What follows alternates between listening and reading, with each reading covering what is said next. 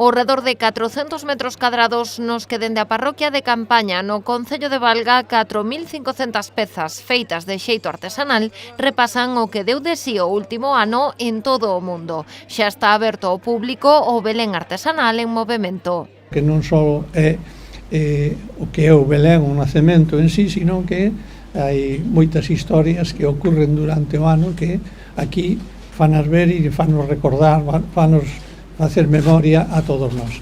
Unha hora moi importante para nós, non sei, é o principio de unha actividade que esperemos que vos guste. Despois agradecer tamén a todos os que colaboran con nós, porque, bueno, tal como está todo isto, se non temos colaboración, unha asociación non pode, por suposto, facer nada, se non é o traballo, sí que hai traballadores e temos ganas de traballar, pero se non hai pois cartos, pois non podemos. Declarado de interese turístico de Galicia, este particular nacemento celebra o seu 30º aniversario. Como novidade, este ano incorpora o recordo da Eurocopa con Lamine Yamal e Nico Williams, os Xogos Olímpicos de París cos medallistas españois ou o regreso de Puigdemont na España. Pero quizáis o espazo máis especial deste Belén é o reservado a homenaxes afectados pola Dina de Valencia. Contribúe a que o Nadal en Galicia pois sexa un Nadal no que todos queren participar. Nese sentido,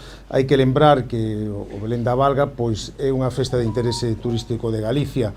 Quixera felicitar a todos os que participan na súa confección ano tras ano e tamén felicitarnos por eses 30 anos de historia e por ser un dos acontecementos do Nadal en Galicia que máis persoas acolle. O Belén xa se pode visitar de xeito totalmente gratuito. Permanecerá aberto ao público ata o domingo 12 de xaneiro co obxectivo de superar as máis de 45.000 visitas que recibiu no ano pasado.